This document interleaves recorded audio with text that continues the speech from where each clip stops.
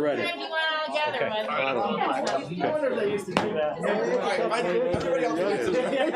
Sell it, it's gone. Yeah, then we'll regret it.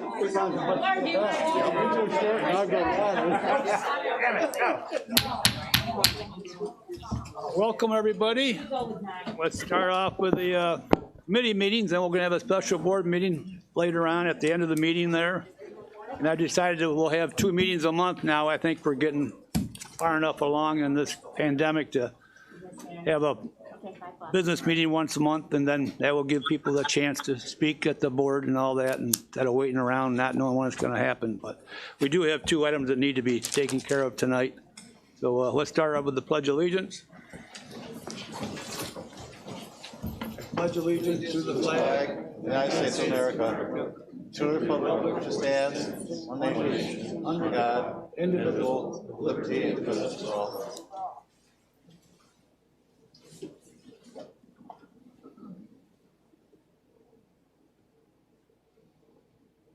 Okay, please be seated. First up on the agenda for committees are the Environmental Affairs. Paul? Thank you, Mr. Chairman. We have the Cuga Lake Watershed Network representatives and the Cuga Lake Water Quality Director here. And this is Hillary Lambert, Bill Ebert. They're going to give a little presentation. I put on everybody's desk the network news. Is there the flyer that they put out? And I don't know, Hillary, are you going to touch on the microbial source tracking some? Yeah. Okay. And Take her Hillary, away, I think you're far enough away from everybody. If you want to take off your mask, you can. Whoa. Just don't spit on us, that's all. It's a thrill to be here. This is, well, not counting the trips to Syracuse to get inoculated, this is the farthest I've been away from my house in Dryden in well over a year. And it was really great to come up along the lake to this beautiful area. I spoke to you a couple of years ago about the work that the Cuga Lake Watershed Network does, and to thank you so much for your support, because your interest, your encouragement, your funding makes it possible for us to do water quality sampling, and with Bill here, Bill Ebert and Tom Casella, to purchase equipment for water quality monitoring. And so I'm here to report to you a little bit on what's been going on. And yep. So what I've got this report here that you've got copies of, and I'm really just going to talk my way through it. I think that's the best way to do it. I don't want to take up too much of your time. You got an awful lot of committee meetings, committee to speak. And then after I'm done, if you've got questions, and Bill's here to answer any technical questions you've got. He'd also like to talk to you a little bit about the new project that we've got going that's going to get a start on figuring out, if I may be so gross, who's doing the pooping? Is it humans? Is it cattle? Is it geese? And that's what this new study will help us track. But first, so this report summarizes the results of water quality testing of creeks along the Seneca County shoreline from 2015 to 2019. The 4 creeks are Burroughs, Williamson, Canoga North, and Canoga South, and we've provided you with tables in the report from 2 of those creeks, Burroughs and Canoga South. And the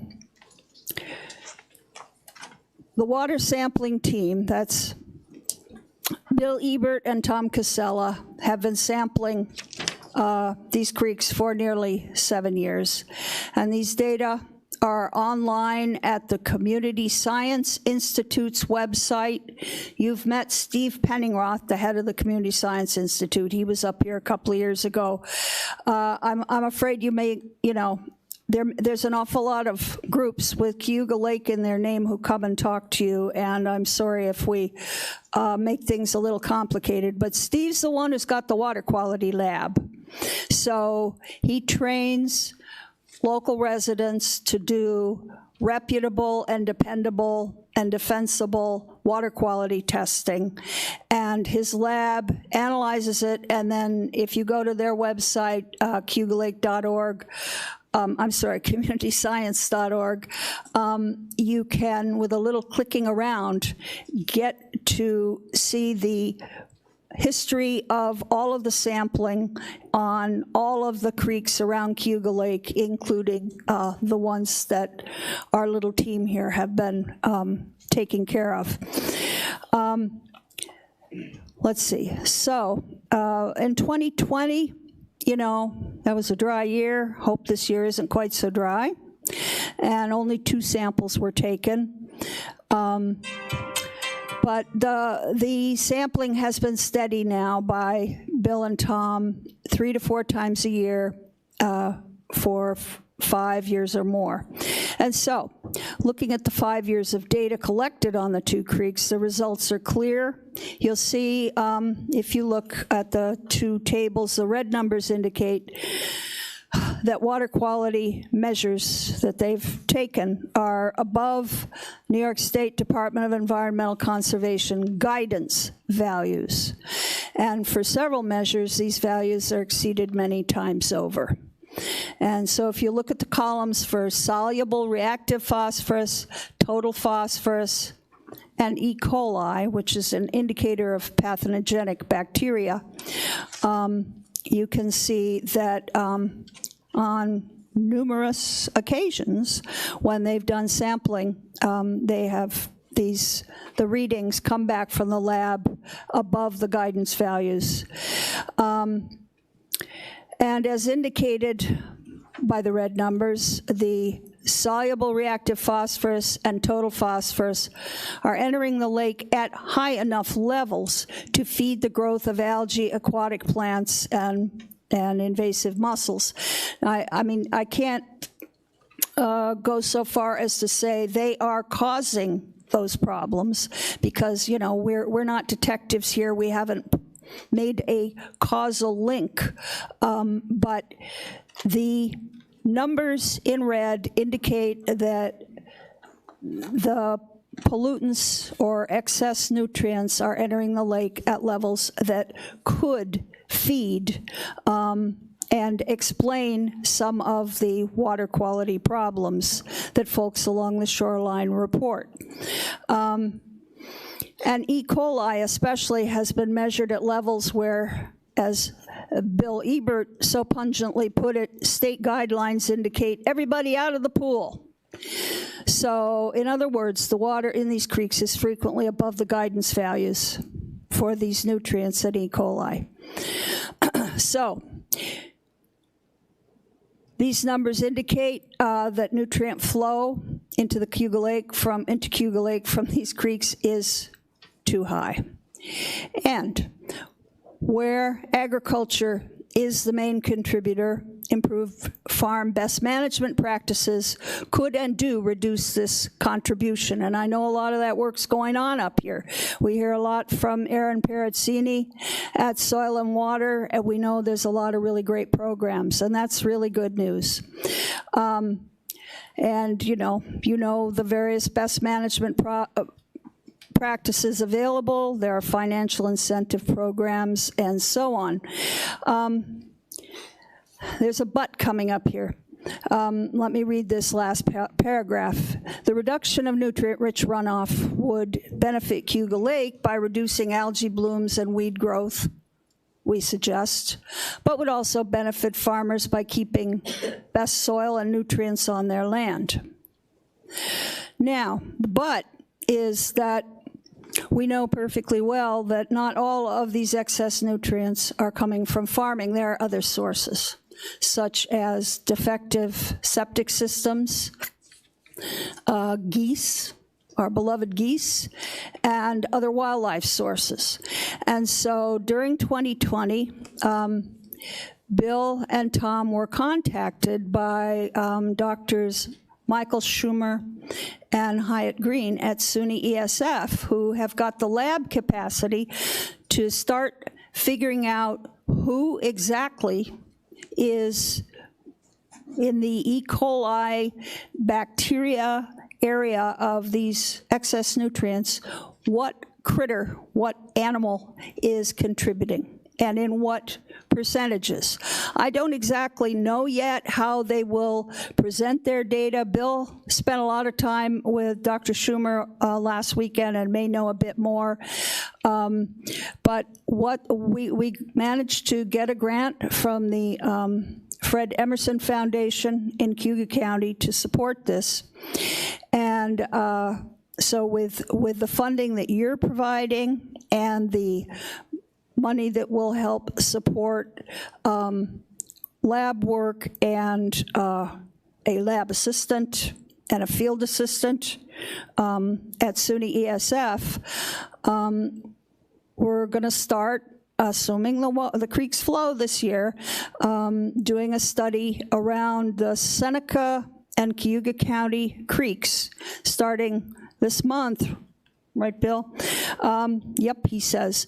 And I'll just read the words here. New microbial source tracking technology using quantitative polymerase chain reaction analysis can determine if bacteria in water originates from humans, domestic animals, and wildlife, or other sources. So, I think this is really good news because we don't want to be part of the finger-pointing brigade, blaming everything on farmers.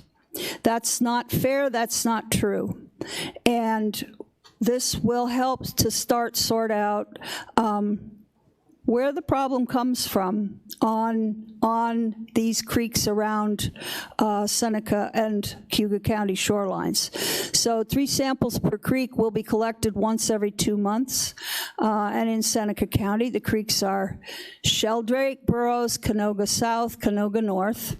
And in Cayuga County, the creeks are Yager at Town Line, Yager at Crossroad, Great Gully, and Paynes Creek down to the south end of Aurora.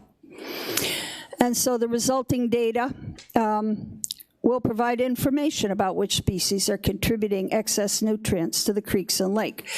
And we passed these out for you because on page 5 is a more detailed article about this research.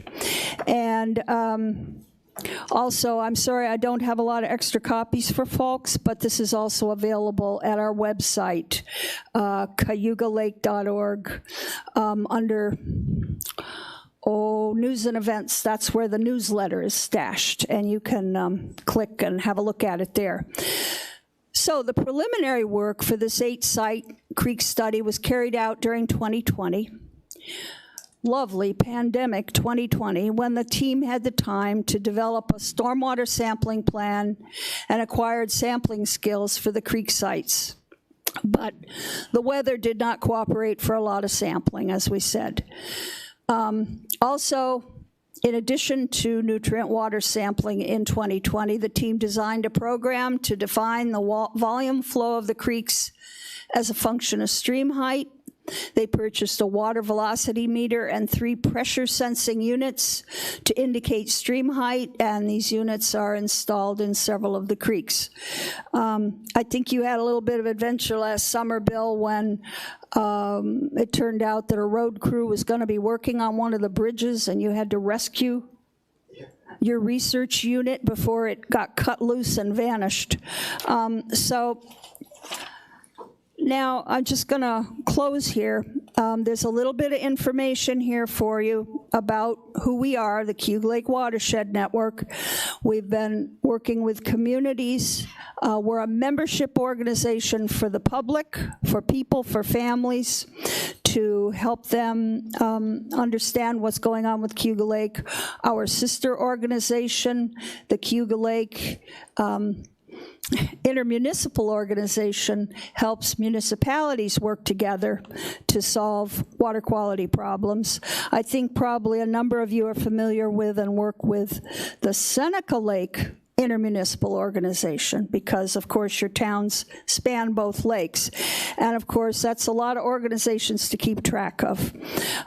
So we do water quality conferences. Right now they're online for the public. We do a lot of hydrilla information and monitoring. We do Embrace the Lake Creek cleanups.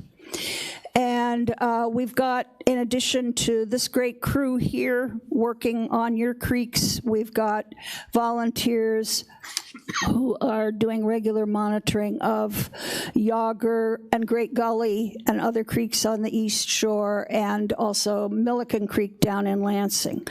To close, I just want to point out all of the time that Tom and Bill put into this work, and the other people that they've recruited in Seneca and Cayuga County. I don't know, Bill, 20 to 40 hours a week sometimes in the summer, based on all of the, they're taking part in several of DEC's water quality monitoring programs, and collecting data about plants in the lake and reporting to DEC, and this is just invaluable. You know, when I got my job in 2009, my organization, embarrassingly enough, was very south end of the lake focused, and these guys have helped really make us feel better about ourselves, because they've made us truly lake-wide. They represent our organization in worrying about the health of the lake around the northern end. And that also makes what we do a lot more valuable, because it truly represents the entire lake. And in 2019, we recognized Bill with an award, the David Morehouse Award, in gratitude and to honor him for his work on behalf of Cayuga Lake's waters. And so I want to thank Bill and Tom, and then again, thank you all so much for letting us in and giving us this time and paying attention to what we have to say. Are there any questions? Anybody have any questions? Bill, step right up. Okay, any questions? Tell them about last Saturday. Yeah, well, Take your mask off. yeah, okay, thanks. Uh-oh. Further problem. Yeah, Tom and I are quite excited about the new microbial analysis that's going to be done. We're going to be doing 8 streams, 4 in Seneca County, 4 in Cayuga County. And we'll know the source then of our nutrients, and that's going to be what this is about. And you know, we'll be able to focus on that. It's going to be frequent. The grant is to test once every 3 weeks. So we're going to have quite a few tests, and it's going to be at different water levels, hopefully. That really, we ran afoul of that, of course, in 2020, where we did have one test and found out that there was no flow. Just literally, we lost flow. We didn't have that frequency either. But this will be good. We're also going to have some volume indications of the flow of these creeks. We have some instrumentation we've implemented. One is on the Burroughs Creek and 2 in the Yager Creek. And we'll be able to estimate the other creeks, the Sheldrake, Canoga, from that data. So we're looking forward to that. And yeah, any further questions about that?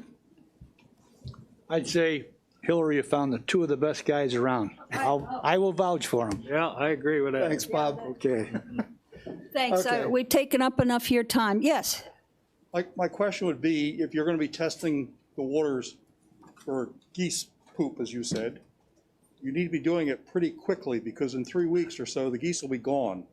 And my Yeah. other question is, Canoga South, does that originate at the spring there on Yellow Tavern Road? Yeah, it could be at the Thompson Farm. If you go to Google Maps. Unfortunately, as maybe some people don't know, the Thompson Farms went out of the dairy business. Yeah, they got rid of their cows. I heard that. They're still raising heifers, but that's probably a limited operation. They're going to be there. So that, I guess there's some people might look at it and say it's a good thing. It's kind of a bad thing too. Yeah. But anyhow, that spring originates there, but I own property on the other side of 414. Right. And Jim Rollison's the one that lives there in the house by the spring. And Jim has told us for numerous years that the spring's always clear when it's not raining. Yep. But when they get a rain, we have a sinkhole just off of 414 and Yellow Tavern Road. And when the flood comes from the south end of the county up through there and drops into that sinkhole, very little of it gets across the field. It goes into the sinkhole. It's about 200 feet from the road. When that water goes down that sinkhole, 3 days later, Jim says, the spring turns muddy.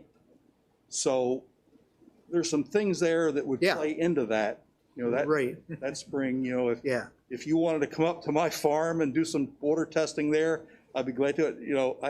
I'm not really for these organizations that test water, because I want to see results. I don't like accusations. I don't like saying, Right. farmers, people, geese are causing the problem. I want to see some results. So Yeah. any way we can get to the results, I would be glad to help out. Yes. So if there's some reason you want to, Canoga South is sort of dry and then we get a storm and it's flooding, if you want to come up and test some water off our property, I would be glad to give you that Yeah. permission. So, and we can talk some other time. You can get my email from Mitch or somebody, the Yeah. county manager, to help out. But Okay. We're going to make sure you see the results of our testing. It's going to that's what be. I want results, because Yes. I'm tired of hearing it's from Yeah. people's septic tanks, it's from the Yeah, yeah. farmers, it's from the geese. Right. I want to see some results. We've been testing for a number of years. We need results now. Yeah. So It is interesting about the spring too, because we have tested the spring, but I didn't know the correlation between the rainfall and cloudiness. there's limestone from the stone quarry Yeah. west. It's pretty well all limestones Yeah. underneath the soils. Yeah. And there's sinkholes all over in that area. And when we get floods, the water goes down to sinkholes. And we've tried to Yeah. fill the sinkholes in. It will not work. They open back up within a year of you filling them in. We filled rock and everything else to fill them in, but Yeah. it doesn't work. So Yeah, they're interesting. there God put them there for a reason. That reason's to get that surface Yeah. water down in the ground. And unfortunately, it goes in and probably carries some pesticides or manure. I don't know Yeah. what, but I'd like to know results. Okay. Thank you. And Yep. just one other thing, Mike Schumer is a wildlife expert, so he will be very aware of the comings and goings of the geese. So I bet you that will be looked into what they do. Even if you could grab some They're samples of fertilizing water my now, lawn to Sunday. have it, to hold it till you have the test. Yeah. Well, they're very fussy with the microbial and extremely fussy of cleanliness. In other words, they don't want to see my DNA on that bottle.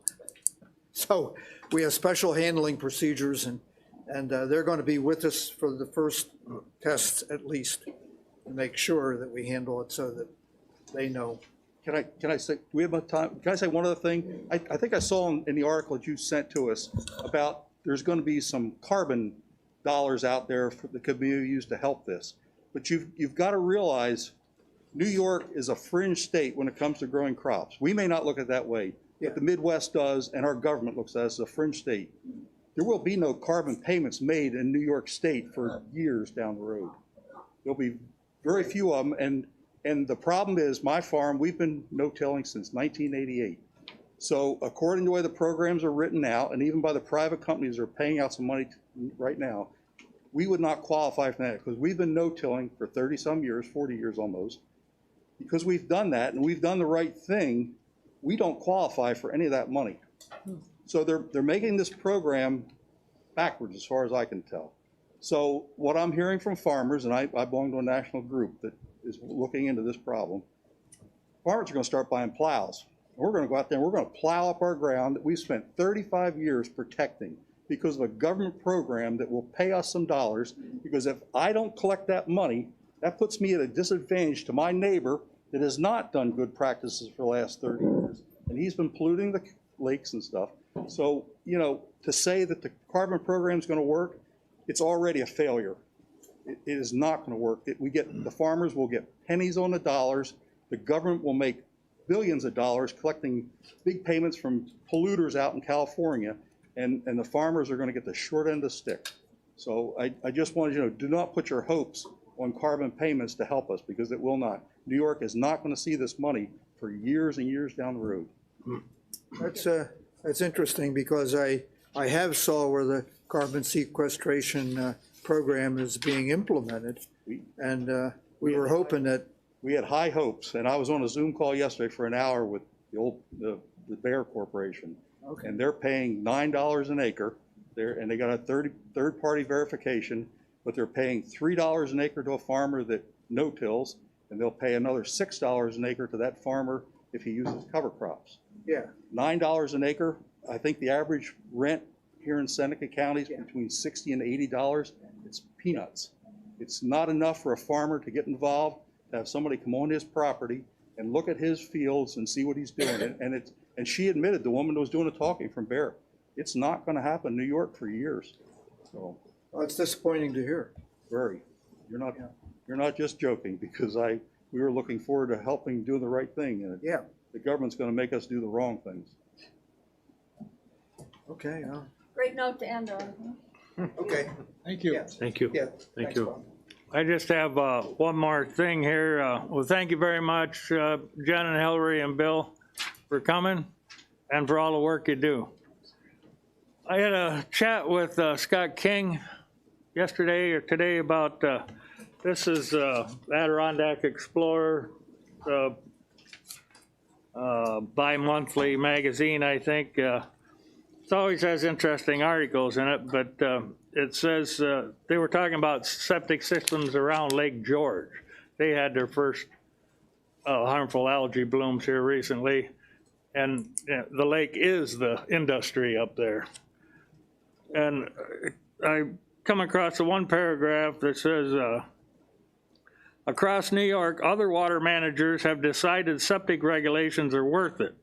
Routine septic inspections are mandatory for people living around Cayuga Lake, Otsego Lake, and Cayuga Lake, for instance. And Bill Ebert brought it up to me that I said, I don't know of any mandatory septic inspections in Seneca County. He says it's not Cayuga Lake, it's Cayuga County. And Scott just happened to work there for 20 years, so I was picking his brain yesterday. And there's basically no regulations in Seneca County. And I was hoping we could put together something to have at least when it changes hands, or every 5 years or something. I know it's in the town of Huron, where my brother lives, every 5 years, they put dye in a septic system and run his well dry, but Seneca County doesn't have any kind of septic inspection. And I would hope we could put some kind of a rule together, 500 feet from the shoreline or something, when the property changes hands, or every 5 years or something, have a dye test. And this microbial testing, will be interesting, see whether, it's human pollution or wildlife or domestic animals. But I think Seneca County ought to have something on the books for septic systems along the lake. Anything else from this committee? Scott, do you have anything to say? You're familiar with Cayuga County. They test, you told me they had a real rigorous program. We don't want to get that rigorous. It's every 2 years or something, right? Yeah, I can. Yeah, if you could If you like. fill us in a little bit. Yeah, so Cayuga County, they have a countywide watershed rules and regulations. I believe they were implemented many, many years ago to protect Owasco Lake because it's a source of drinking water for the city of Auburn and what they call the donut towns. Auburn sells water to many of the towns surrounding it. And that their watershed rules and regulations do have a program for testing septics in place. The county doesn't do the testing, it's private contractors who do it, but they have to be certified and trained by the county and have to follow the county's protocol for how to do those inspections. There are what they call routine inspections. So if I lived in the town of Ira in northern Cayuga County, out in the boondocks, I might have to get my system inspected once every 7 years, routine inspection. No requirement to pump the tank, just a dye test, putting some dye in the system, making sure the leach field doesn't overflow, doesn't go to the creek, something like that. And then there's an additional requirement for property transfer inspections intended to protect buyers from buying a bum septic system. Those requirements for property transfer inspections are a bit more stringent. There's increased amount of water that's put into the system, and they also add on a condition that the tank has to be pumped and certified to be in good condition. If it's not, then the buyer, the seller, somebody has to replace it. The county health department doesn't care who does as long as it gets replaced. Typically, it's the seller. And if you live closer to protected water bodies, then those the frequency of routine inspections increases. So 7 years out in the boondocks, nowhere near anything environmentally sensitive. 5 years if you're in the Owasco Lake watershed. 3 years if you're every 3 years if you're within 500 feet of the lake, and every other year if you live on the lake. So, you know, if the powers that be in this county wanted to move in that direction towards some type of a local law or revision of the watershed rules and regulations or something to that effect, I'd be glad to help provide any guidance or expertise that I have. You know, whether you want to form a committee to decide what you want, how you wanted to move forward or what, but revising watershed rules and regs is a very lengthy process, and then they have to go to the state and be approved, reviewed by like the Commissioner of Agriculture and Markets and things like that. Cayuga County just went through that process, and I think they're still, their watershed rules and regs that they just beefed up, they were pretty stringent already. I think they're still pending review by the state. But perhaps, you know, a local law, it's whatever, you know, the county, whatever direction they want to go, if any. But septic inspections can be done. It would be a tall task for the health department to do that. I think that's what Cayuga County determined many years ago, and that's why they set up that program to train contractors to become inspectors, follow a county protocol. The inspections are reviewed by the county health department. And that's how they set up their program there. Well, we're fortunate to have the expertise at the podium right now to implement something like this, you know, for Seneca County. But it is our drinking water, you know, and it's a multi-billion-dollar tourism incentive, these lakes. I just feel strongly we should do everything we can to protect them. And I think both Hillary and Ralph made very good points about getting, you know, you want buy-in from Right. all the stakeholders. You know, you don't want to point fingers at farmers or just folks who happen to be blessed with a house on the lake and have a septic system or whatnot. You know, it's important to probably get some sort of working group together or whatnot and hash out what, if anything, the county really wants to do and what direction they want to go in. Yeah, well, I mean, that would take some time, but. Yeah, the water quality has a direct impact on the value of the home too. So you would think the lakeshore property owners, you know, would want clean water in front of the house. And I think if you were to sample them, they totally agree with that, yes, that folks want clean water. You know? And Cayuga Lake is very subject to harmful algae blooms. You know, the folks at the Seneca Falls Water Treatment Plant have to work extra hard to keep that microcystin toxin from coming out of your drinking water out of the tap when you turn it on. They've been successful in doing that, but it's not getting any easier as the years go by because the lake has had so many blooms in recent years. So whether it's some adjustments to farming practices or improved septic systems or, you know, what the solution is, all of the above, right? Okay, thank you very much. Thank you. Thank you, Scott. Yep. Anything else, Paul? That's all I have. Anybody have any questions? Welcome back, too. Officially welcome. Thank you all for the thoughts and prayers. Thank you. I appreciate it, and they all worked. Let's hope it works good for you. Tom, I didn't see you over there. I'm here. Thanks for all your work, guys. Thank you all. Okay, next up is public safety. Chairman Burnell, one item. One night, excuse me, Board of Supervisors adopts Seneca County Public Employment Pandemic Plan. Anyone want to speak on this? Hi, Oh, I'm sorry. I'm here. Were you over there? So in September 2020, New York State amended labor law to require all public employers to have a public employer, it's a health emergency plan, but a pandemic plan basically for a declared public health emergency. And it's really about how we would operate during a public health emergency, guidelines that we would follow, which we're actually currently doing. Which was and we kind of learned from doing it, and that's how we developed this plan for remote work, for cleaning the building, cleaning requirements, who's going to essential functions, who's going to authorize remote work or staggered shifts, things like that. And it's going to be ever changing. It'll be reviewed annually. It was sent to you guys via email about 30 days ago, but it's 82 pages, so I didn't feel like it was a good idea, environmental health, to print 82 pages for each individual, but it is also on the county website. Does anyone have any questions? Most of you probably already know about it because you had to do it for your own towns or you're currently working on them right now. Would you like to take a vote on how many people have done it? Did anyone copy mine? I advise you under your right to remain silent. Yeah. You may not wish to answer that question. We're only on TV. Okay. Any other questions? Thank you. Thanks. Is there a motion to adopt that, or we'll do that later? Motion. Second. All in favor? Aye. Opposed? Carried. Any other business to be brought on, any unfinished? Any new business? Not, just Kenny stands adjourned. Thank you, Mr. Okay, very good, thank you, Chairman Burnell.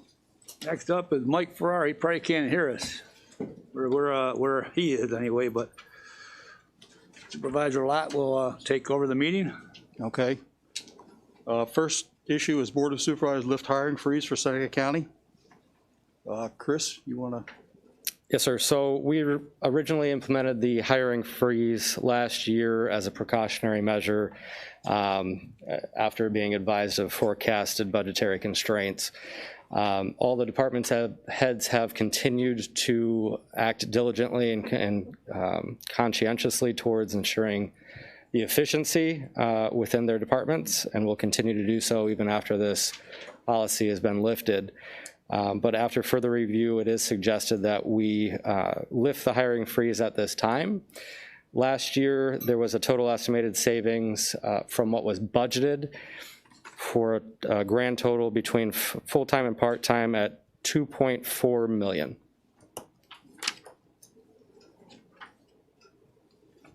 Okay, are there any questions of Chris? Hearing none, we need a motion to approve. So moved. Second? Second. Any other discussion? Hearing none, all those in favor say aye. Aye. Opposed? Motion carries. Issue 2, refill vacancy in the Sheriff's Department for seasonal navigation officer position.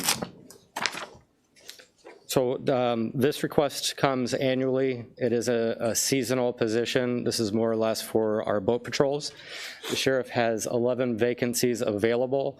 He's looking to have them approved at this time, but does not intend on filling all 11 of them at all this season, just does not want to bombard you with additional requests throughout the year. Okay, any other questions of Chris? Yeah, I got a question. How many boats do we have, Timmy? 2. I'm just wondering where you're gonna put 11 people on them. Gonna be a pretty good party, isn't it? Need a party board. Yeah. So moved? I have a question. So it's 11, but you don't use, how many, you divide it up like with times, and it's only seasonal, correct? So it's seasonal, Yeah. part-time, and it is 75% paid by grants from the Canal Authority grant. And I think last year we only had about 5 people actually filled those slots. So again, we won't reach the 11. It's just so we have full authorization. Do you have to be in law enforcement, or what is the criteria? Well, I believe it is law enforcement. The navigation officer now it can be a peace officer, so yeah, they're supposed to be. Yeah. So pretty much anybody, Is on it anymore? peace or They police can put some officer. people on with unarmed, but they're unarmed. Yeah. So, Okay. Peace or? Peace or police, yes. Okay, any other questions? Hearing none, we need a motion to approve. So move. Second? All those in favor, say aye. Aye. Nay? Say nay. All right, this one does not need to go to the full board, so we're done with that. Thank you. Thank you. Any other unfinished business for Personnel Committee? Mr. Chairman, we're done. Okay, thank you, Supervisor Lott. Next up, Human Services, Chairman McGreevy. Thank you, Mr. Chairman. We'll call the Human Services Committee to order. I understand Supervisor Clear is calling in. First issue, Board of Supervisors approve appointment of Finger Lakes Workforce Investment Board member. Could I have a motion? Motion. Second. Motion and a second. Yes, sir. Yes, Mr. Chairman. These are two people who are nominated to fill unexpired terms of 2 previous appointments. The Robert Coyne, who was actually from Rochester Technology and Manufacturing Association, is being reappointed because Lynn Freed actually became the Workforce Investment Board Director. So these are required appointments. Very good. Any questions from the committee? Any questions from the board? Going to ask to do a roll call vote this evening. Mr. Borst? Aye. Mr. Reynolds? Aye. Mr. Enslow? Mr. Clear? Aye. I vote yes as well. Thank you. Thank you. He wasn't? He was here earlier. Was here. Okay. I think a piece. Issue number 2, Seneca County Division of Human Services to enter into an agreement with Finger Lakes Area Counseling and Recovery Agency, FLACRA, for CARES Act Emergency Solutions Grant, ESG, and Code Blue funding. Could I have a motion? I'll make a motion. Second. Tracy? This is grant money that we applied for in 2020. Really, it's going to be concentrating on preventive services, rapid rehousing for people who are currently homeless. We are going to enter an agreement with FLACRA as part of our COC that I'm on. That's the agency that was willing to contract with OTDA to be a funding source for all of our referrals. They will also be allocated funds for Code Blue under this, and we will be a subcontractor for that, so we can get our reimbursement because the states changed some of their regulations in regards to Code Blue. The amount is $155,489. Very good. Any questions from the committee? Any questions from the board? I do. How many homeless persons right now do you have registered in our county? We probably have 20 individual and families. Those are people that are in our hotels. That does not mean that's the amount of homeless people in our county. Any other questions? I've got one. Yes, sir, Mr. Lott. You said 20 homeless people. Is that sort of what the average number is? I mean, that seems like a lot to me for Seneca County. Do we go higher than that or lower than that? Last year in 2020, we have gone higher than that, yes. Okay. It's kind of an average. You would be surprised the amount of people who are couch surfing or staying with relatives who are technically considered homeless. There's different rules for each organization. Our rules, if they are staying with a family member, they're not really considered homeless under our rules until the family member says they just can't stay here anymore. And then we have to find them some sort of housing. We put them up in our hotels because that's really all we have. We don't have a shelter here. Sometimes we do send them to shelters, or we send them, other places that they may want to go where they have other family members. But you don't reimburse if they're staying with a family?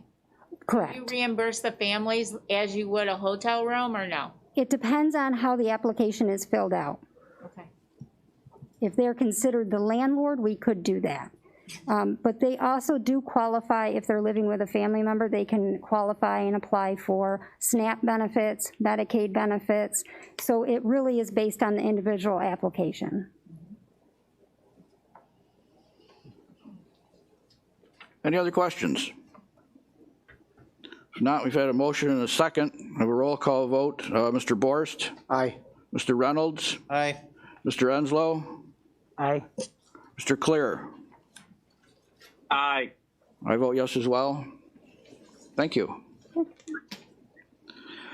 Next, issue number 3, Supervisors proclaims April 2021 Child Abuse Prevention Month in Seneca County. Could I have a motion? Motion. Second. Motion and a second. Tracy again. April is actually National Child Abuse Prevention Month, so we want to have Seneca County be declared as celebrating that month as well.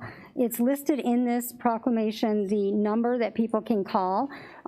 When this goes to the full board meeting next month, I would like if you could read it, Ron, just for people are aware of what that means. In our county, we have probably about 800 child protective reports a year that get reported to the child abuse hotline. That does not mean that those are the only cases that we're dealing with. We do deal through our preventive unit with a lot of cases that are voluntary, where there may be some things going on that could reach to the level of child abuse, but they're just not at that level to be called in. So there's a lot of activity, even in Seneca County, in regards to child abuse and neglect. Okay, well, if you indulge me, I will read the resolution. Sure. Or you can read it in 2 weeks. Okay, we'll read it in 2 weeks. That's fine. All right. Thank you. Okay, we've had a motion and a second. Any other discussion? Questions from the committee or the board? If not, we'll have a roll call vote. Mr. Borst? Aye. Mr. Reynolds? Aye. Mr. Enslow? Aye. Mr. Clear? Aye. I vote yes as well. That is adopted. Is there any unfinished business to come before this committee? Any new business? If not, Human Services is adjourned. Thank you, Chairman McCreevy. Next up, Finance Assessment and Insurance. Chairman Reynolds. Thank you, Chairman Heisen. We will call the Finance Assessment and Insurance Committee together. Number one, I need to extend the rolls and bills for the villages. Motion. Yep, these are both general housekeeping. The first one is to give the county manager the authority to sign the agreements so we can extend the tax rolls and bills for the villages. Do it every year. Yeah. Any questions from anybody? Did we get a second? Second, sorry. All right, so I got a first and a second now. All those in favor, say aye. Aye. Anybody opposed? Aye. Oh, Jim Clear, you're out Neverland. He's in. Good job. Okay. I'm here. I gotcha. Thanks. No, he voted for. Voted for. Or, yes. For, yeah. Number two, extend the rolls and bill extract files to Phelps, Clifton Spring, Romulus, Seneca Falls, South Seneca, Trumansburg, Waterloo school districts. Motion. Second. First and second. Lisa? This is exactly the same, but this is for the schools. We don't do the bills. We provide the extract files and the rolls, but I also need to submit this for general housekeeping to give the county manager the authority to sign the agreements. Yeah, we do it every year. Any questions from anybody? Hearing none, all in favor, say aye. Aye. Thank you. Aye. All right. Well, it's unanimous this time, Margaret. We got it. Okay. Number 3, this is a little more complicated. Refund re-levy charges. Frank, you going to talk on this? Yes. This is a human error problem we've got here, and trying to rectify it. Evans Cosmetics in Waterloo, they cut a school check for school taxes on 9/15/20. They mailed it on 9/18/20, and it went to the wrong place. So they sent it to the wrong place. They sent it to the Town of Waterloo tax collector. It should have been sent to Mrs. Wadhams. Okay, so what happens is that happened in September of 2020. The treasurer's office, we received the check in January of 2021, along with some other checks, which Lisa's still here. Yeah, Lisa helped correct. There was either 3 or 4 that she helped correct to get straightened out that came from the Waterloo tax collector that didn't look in her mailbox for a number of months, and these came in, after April, and then we finally got them in January. But this one here couldn't be corrected. Lisa did call the school district, and they wouldn't forgive the 3%, but the 7% re-levy is on us. And what I'm saying is there's 5 parcels. The 7% re-levy charge is approximately, right to the penny, $2,730.38. Like I said earlier, that Lisa helped resolve the problems for the other ones that came in. They were dated in May and June, and this one here was dated in September. So basically it comes down to, like I said, the tax collector didn't look in the mailbox between May 20th and January 21st, and this is why it's, I call it a human error. And like I say, Evans is guilty too. They mailed it to the wrong place and everything, but if somebody would have looked in the mailbox, the check probably got there by the 20th of September. It could have been mailed back to them. They could have sent out another check to the right place, and they probably wouldn't have experienced any penalties or interest. And because this has been taking a while to get resolved here, Evans has still got to pay $1,000. Let me see how much. They're still paying $1,092.13 in interest for this because it hasn't been resolved, and we're trying to get it resolved. They're paying it late in March, and I don't intend to ask for that forgiveness because that's their own reason why they decided not to pay it till the month of March. But the $2,700, if the board is agreeable to give that back to Evans, I'll work with Lisa and Dave Ettman to, do it legally to get them back that money. But if the board is not going to do it, and we didn't do it ahead of time, only because what's the point of me using Lisa's time and Dave's time to come here and maybe you say no instead of yes. So that's where we are on this, and if you have any questions, I'd be happy to answer them. Go ahead, Cindy. Yes, sir. So a couple. The first one is Lisa was able to rectify with 4 other, were they homeowners or businesses, and why was she not able to help with this one? Can I speak? Yeah, go ahead. Yeah. I could, because we're not allowed to write off just interest and penalties unless the municipality agrees.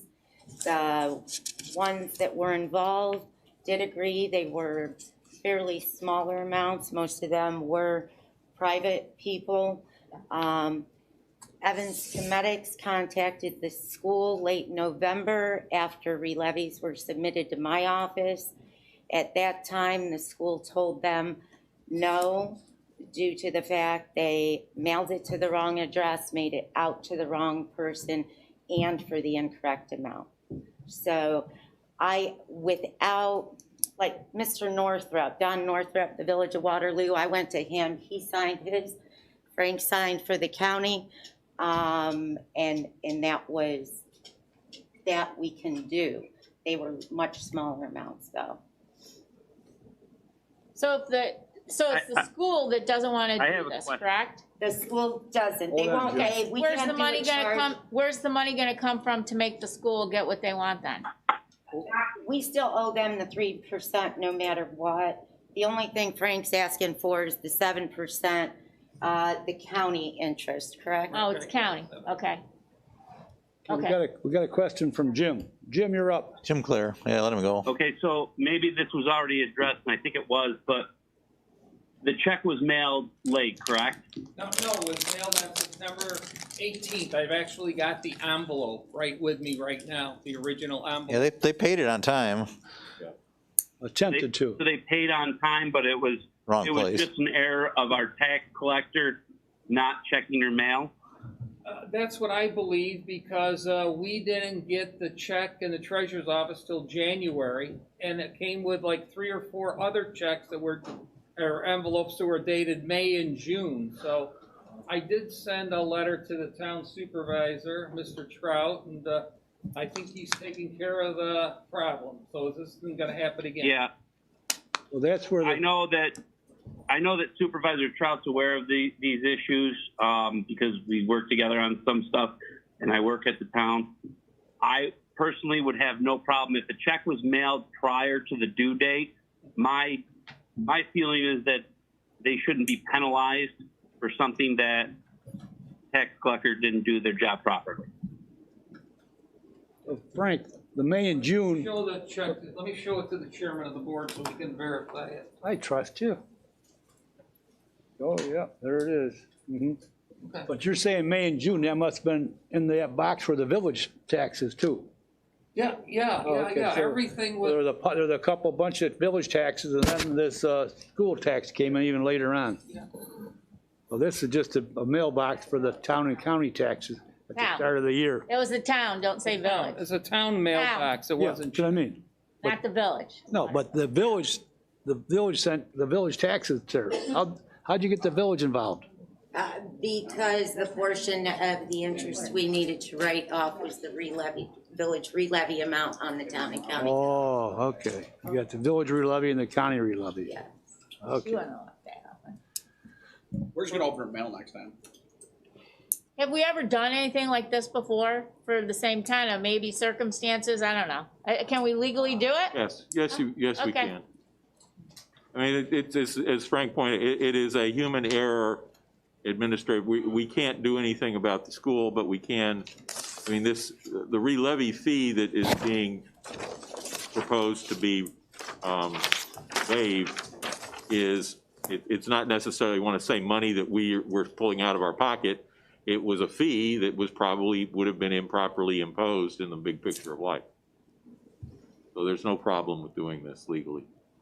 As long as the board will grant the authority to do so, we'll come back with a proper resolution at a later date.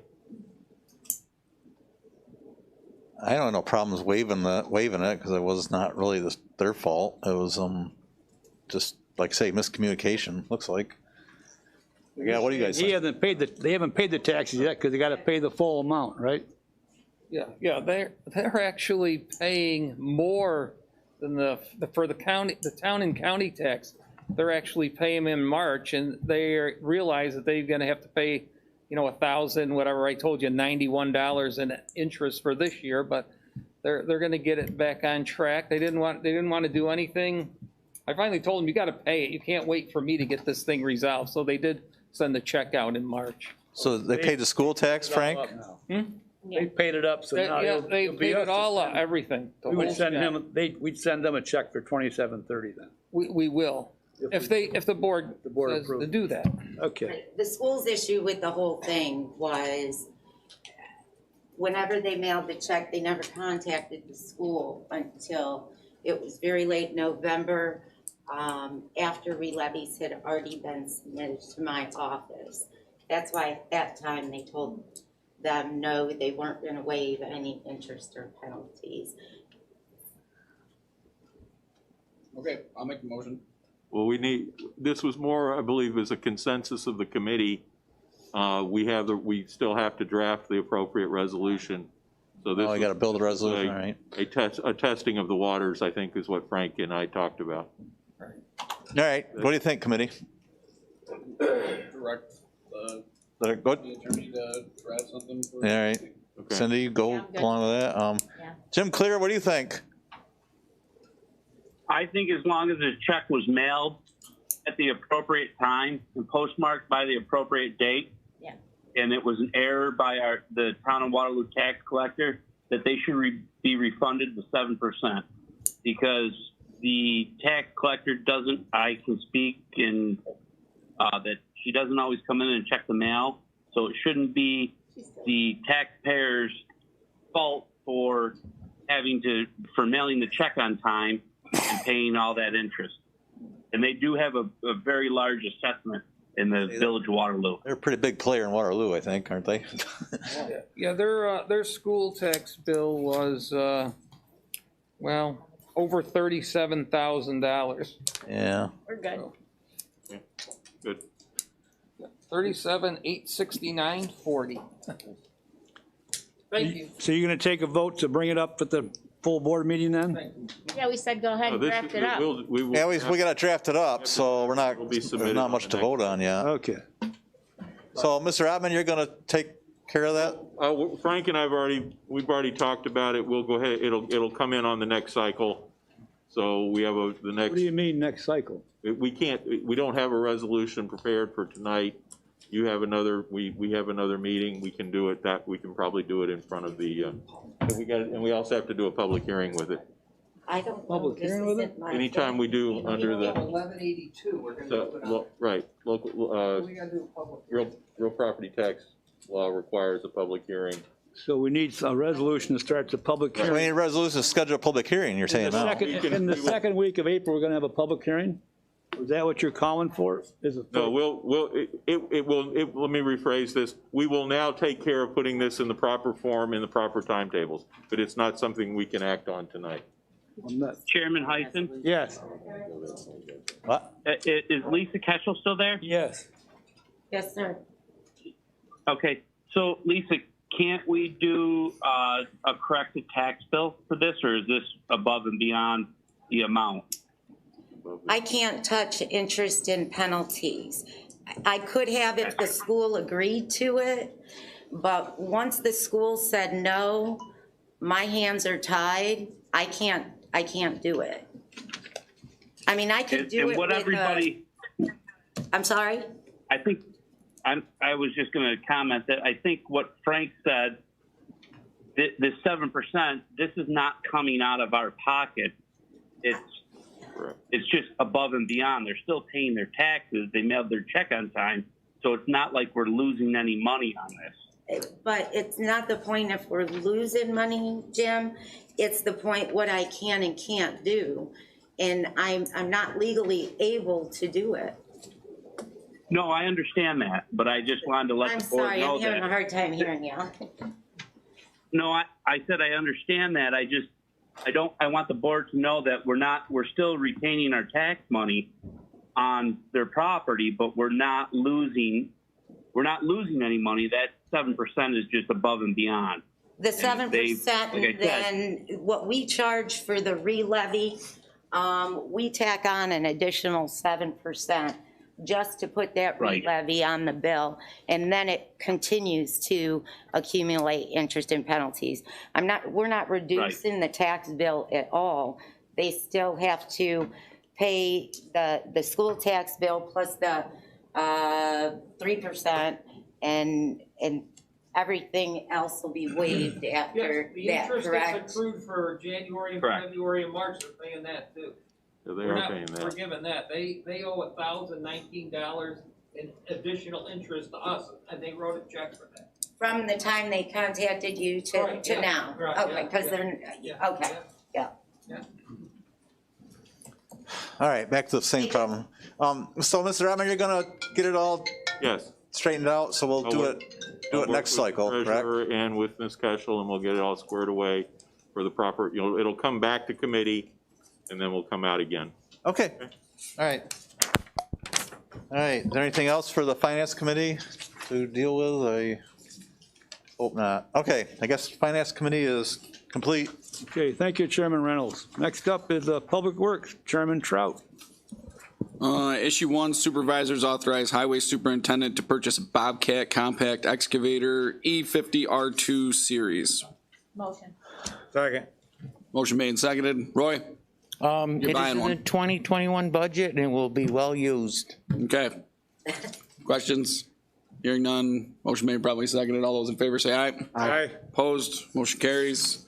Issue 2, award bid for 2022 International HV 513 SFA Paystar 10-wheeler automatic truck. Motion. Wait a second. Second, sorry. Motion made and seconded. Roy? It's in the 2021 budget. It's replacing a 2004. Well, it's a good thing they're so cheap, huh, Roy? Oh, yes. It went up $40 from last year, the truck did. There you go. Right. Roy, you getting stainless steel? Stainless steel, body? yes. All right. This is pretty cheap. And it's automatic. Questions? Hearing none. Motion made and probably seconded. All those in favor say aye. Aye. Opposed? Motion carries. Issue 3, a resolution to introduce proposed local law D 2021, granting, updating operations and authority of the Seneca County Code Enforcement Unit for the administration and enforcement of the New York State Uniform Fire Prevention and Building Code and the State Energy Conservation Construction Code in the County of Seneca, and repealing all prior local laws related thereto. Motion. Second. Motion made and seconded. I'm sure everybody read this. Questions? No questions? Motion made and probably seconded. All those in favor say aye. Aye. Opposed? Motion carries. Unless there's anything else. Public Works is adjourned. Thank you, Chairman Trout. Next up, Government Operations. Chair Cindy Garlick-Lorenzetti. Yes, thank you, Chairman. First issue is the appointment to the office of Seneca County Commissioner of Elections. We have Motion. Carl Sane. Motion. Second. Okay, it's pretty much self-explanatory. Does anybody have any questions for Carl? Congratulations, Carl. All in favor? Aye. Aye. Opposed, carried. Supervisors proclaim April as Donate Life Month in Seneca County. So moved. Second. Anybody speaking on this? I can. The board, if you may recall, had adopted a budget, or a resolution rather, similar to this last year. April is Donate Life Month, and I'd like to ask the board to consider proclaiming it here in Seneca County again in 2021. Yeah, I see one of the whereas is only 43% of New York State residents are currently signed up to be organ, eye, and tissue donors. So hopefully that number will increase. It's an important thing. Do we need to vote on? Yeah, okay. All in favor? Aye. Aye. Opposed, carried. Thank you. All set. All set? Okay, thank you, Chairman Lorenzetti. Next up is Planning, Development, Agriculture, and Tourism, Chairman Barnhart. Thank you, Mr. Chairman. We'll call the Planning, Development, Agriculture, and Tourism Committee to order. First issue in front of us is a piece of unfinished business. Board of Supervisors makes appointment to the Seneca County IDA Board. This resolution appoints Sue Sorencione to the IDA Board. Do I have a motion and a second? Motion. Thank you. A motion. Is there a second? Second. Mr. Barnhart, was that to remove it from the table? Yes, please. Thank you.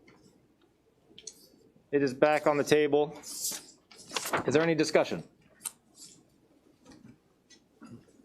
Hearing none, all those in favor say aye. Aye. Aye. Any opposed? Motion carried. Any any unfinished business? Any new business? I hate to spend much more time on this, but I'll bring a piece of new business. Just an item for discussion.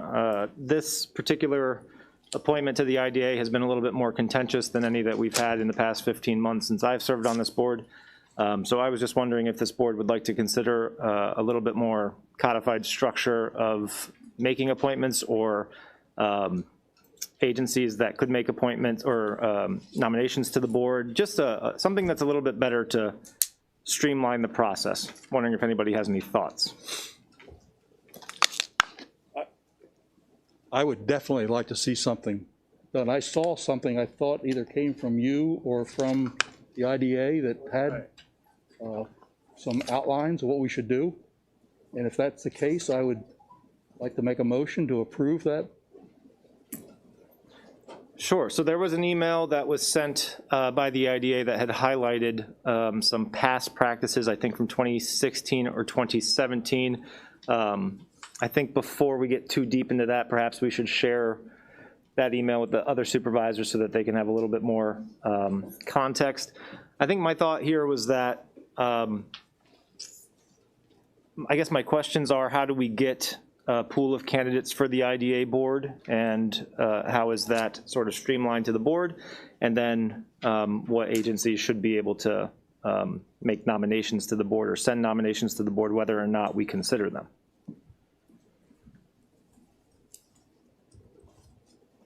Fair enough. Ralph, would you like to, can we hold off on that for a little bit? We'll send out the email to the board, get a little context, and readdress it. Yeah, Supervisor Barnhart, I would appreciate that, because I did not see that email sent. And honestly, I've been here for a while, and it's always been, you know, the Board of Supervisors, it's been our responsibility, our duty, and we make the appointments to the board, to the IDA board.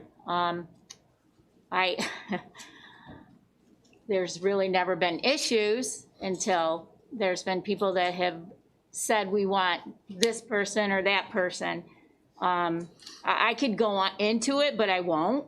But there's really never been any other issues that I've been aware of. And I would like to see that email, but I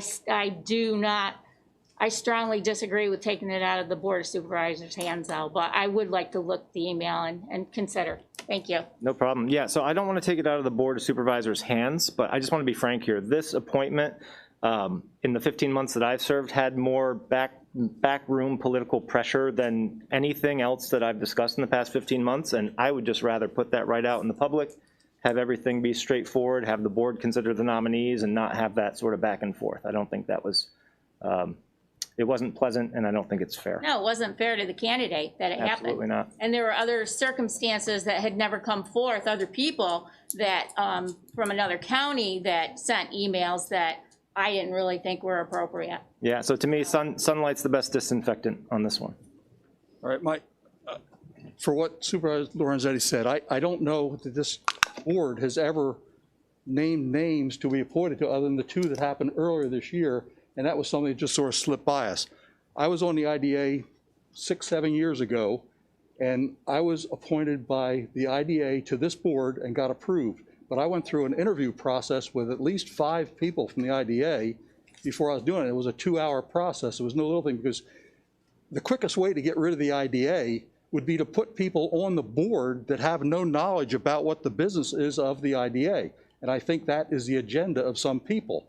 So there are no other boards that we appoint people to that we don't use that board to give us names to approve or disapprove of that person. For us to take the initiative and say, we're going to go pick some people from the community and put them on the IDA board is ludicrous as far as I'm concerned. We need to have the IDA give us names. We either approve or disapprove for whatever reason we might have, but that process needs to be set up like it was back, and I don't know when I was on the IDA. It's probably been 6, 7, 8 years ago. But that's what the process was back there. Somehow maybe it's changed. I don't know that, but I'm darn sure it's not in writing that the IDA has to have people that the supervisors appoint, other than we disapprove or approve of the nominations from the IDA. Well, I don't see any reason why this board can't take its own, put it out there, that the board can't take like resumes from people because we're the ones that pick. We pick our buddies, and that's not the way the IDA should be. I don't think so. I don't think we pick our buddies. And you know what, Ralph? Politics is everywhere. Politics is on, let me finish. Politics is on this board, and politics most certainly is on the IDA board, okay? And the sad part is that recently, the last few years, we haven't all played together well in the sandbox. And honestly, when you look at what happened at the depot, when you look at the people that are suing the county, the town of Barrick, that doesn't speak too highly of how everything is going on in Seneca County right now. And I don't want to discuss it further. I respect your opinion. That's my opinion. And I think there's politics everywhere, unfortunately. Go ahead, Ron, if you want to. I'm really done. I agree with Cindy. We've hashed this over so much. I just want to see it settled. I agree with both of you, as hard as that is to believe. But, you know, the IDA has special power in issuing pilot agreements that affect taxpayers to the effect of hundreds of thousands of dollars. So it is important that we have the political oversight over the IDA and independent appointment power there. So I agree with both of you. It would just be nice to, you know, publicize, get more candidates, have some qualified candidates, and talk about it. Did you have, Mr. Brownell? I think the full board should see the email that was sent to us. So I thought it was well written. They'll have a little more chance to read it and think it over before our next get together. Yeah, and I'll share one last thing. I'd make that as a motion if it's needed to be. Thank you. My fear is of the political power. My fear is of arbitrary appointments to the IDA board to sink, you know, the progress that the IDA could make or anything else, whether that be from good chair people or bad chair people or whatever it may be. So I'll share that email, and I'm sure we'll chat about it again. Not for anything, but that whole email should have went to the whole board. It should have went to the whole board, and it didn't. It was only a handful of people it went to, probably the planning committee, I'd say. So I'm referring to an email that was sent to me by the director of the IDA and only to me, which was just a memo that was issued to advise me of what past practices had been. But my question would be, why not share that with the whole board? We're going to. Right? Open communication. I'm going to. I just thought that this was the best venue to get started. Yep. I got the email. I got an outline, you know, of the practices they want to go forward with, and I thought it was very clear and concise, and you know, I emailed her back. It looks good to me, you know. So I think if we all saw that email and digested it, it seems like a real clear-cut plan, you know. Okay. I think it should be just more than an IDA recommendation as well. I think this board is able to make a recommendation, or perhaps chairpersons from particular committees or whatever it might be. Any other? Yes, Kyle. Mr. Heisen. Okay. Back when we expanded the boards of the IDA from 7 to 9 members, or whatever it was, 6 or 9, that's when we had this idea to put all these people's names together. You know, the county board had names, the IDA had names, there was a long list there. And then they whittled it down to, I think, 3 or 4 people. And they brought those forward. And when we voted on it, there's one name out there that wasn't a finalist. It didn't make it to the top. But we voted to put that person on the IDA board. And that person did a very good job serving. But some IDA members didn't like that person. So we took the step there to say, yes, we want her on that. Whoops, I shouldn't mean to say that, okay. We wanted that person on the board. And we voted, and we put that person on the board. So we don't always follow the rules there, and we shouldn't just follow the rules. You know, yeah, again, I think that we should certainly have appointment power. I'm just asking for a little bit more streamlined process, so the next time it comes up, or for the person who holds my seat next, isn't feeling what I felt was a lot of unprofessionalism in how this conversation was guided. So just something a little bit more, like I said, sunlight is the best disinfectant. Okay. Very well. Any other new business? This committee is adjourned. Thank you, Supervisor Burnell. Barnhart, but it's all right. Did I say Burnell? Barnhart. It's all right. Water and sewer treatment management and operations. Supervisor Hayes. Thank you, Mr. Chairman. Call to order the water sewer treatment management and operations. First issue is ongoing issues regarding water sewer treatment management and operations. We have some updates. We had our public hearing I'm sure Mitch can enlighten us all on the hearing we just had, the public hearing. So a week ago tonight, the required annual public meeting for sewer district operations in Seneca County was held at the Romulus Fire Hall. It was fairly well attended. I think between county staff, elected officials, residents, and some village representatives, we probably had about 20 people at the firehouse. We went through the district annual financials for 2020. District 1 ended 2020 in the black, quote unquote. District 2 marginally in the red, and it was principally related to the settlement that the county had with Hillside. You may recall before Hillside had left the campus, there had been an electric failure, and we realized that the district Water 1, Sewer 2, and the 911 infrastructure was on that meter. There had been a settlement on that, and the amount attributed to Sewer 2, which was about $81,000, put Sewer 2 a little bit to the red for 2020. We've provided balance sheet information in terms of assets, liabilities, and fund balances.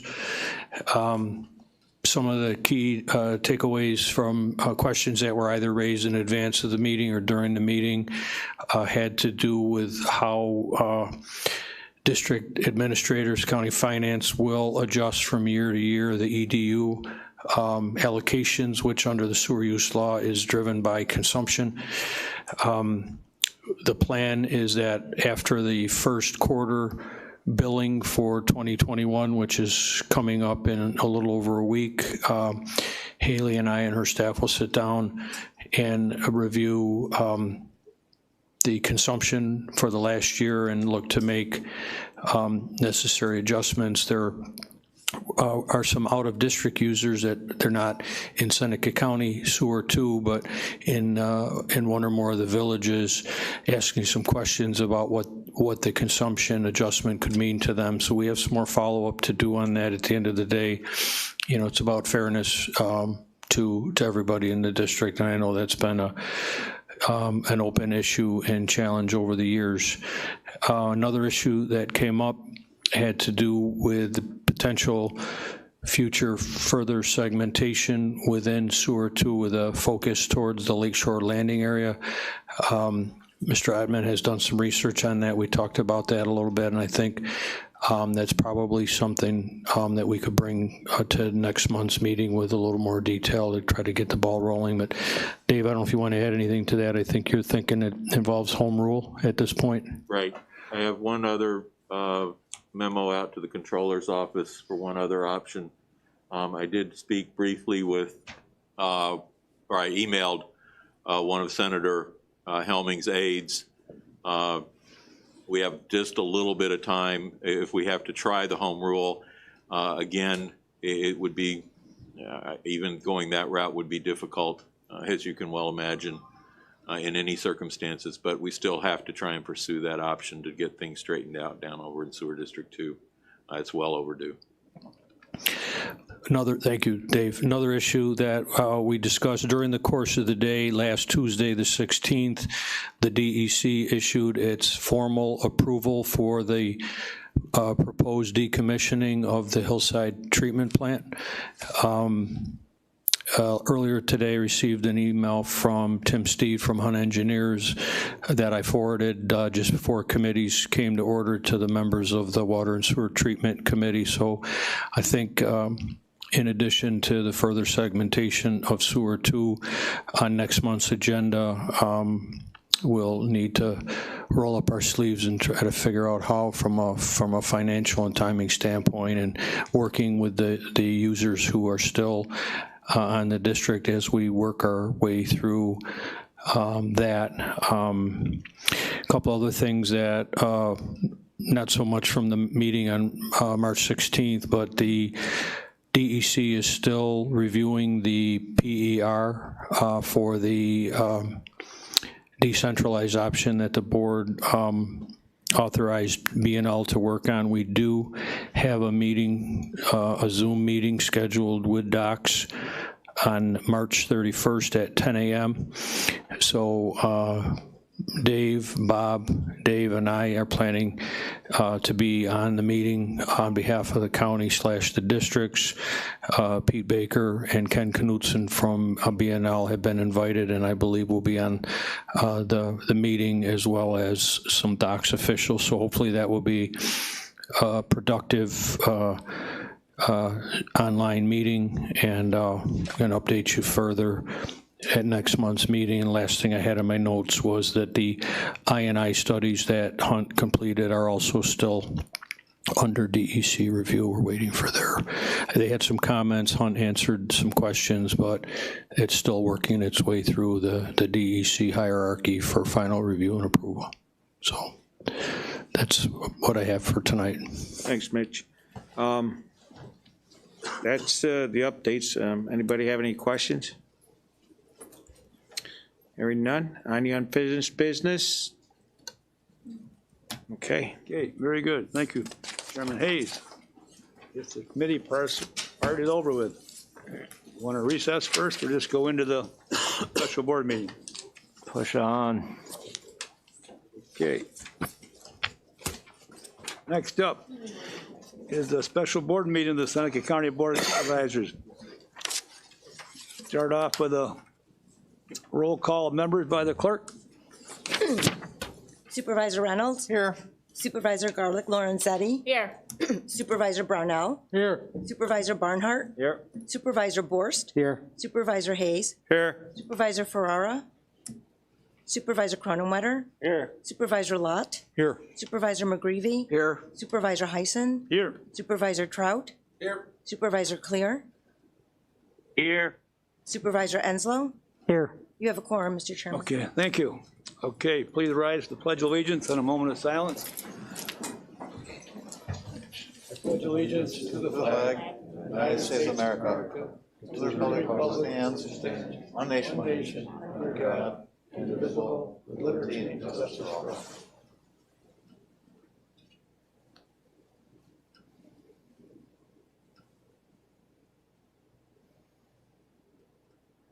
Okay, please be seated. First off, we have a public hearing. So I guess we got to have a motion to go into the public hearing, to open the public hearing up. I'll make a motion. Okay. All those in favor say aye. Aye. Opposed? Carried. So, well, we don't, anybody comes to speak on this then, right? All we really are here. Yep. I see you got two of them on here, okay. Okay, if nobody else wants to speak at it or say anything, we can close it. Motion to close public hearing. Second. Second. Okay, all those in favor say aye. Aye. Opposed? Carried. Okay, next one, proposed local law B of 2021. Open that up for a public hearing. So moved. Second. Okay, any discussion? Anybody want to speak on it? Okay, motion to close the public hearing? I'll make it. Second. Okay, all those in favor say aye. Aye. Opposed? Aye. Carried, okay. Next up is presentations. Anybody got any presentations for tonight? I guess not. How about petitioners?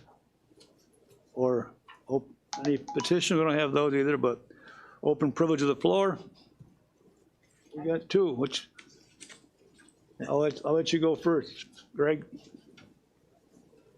Chairperson.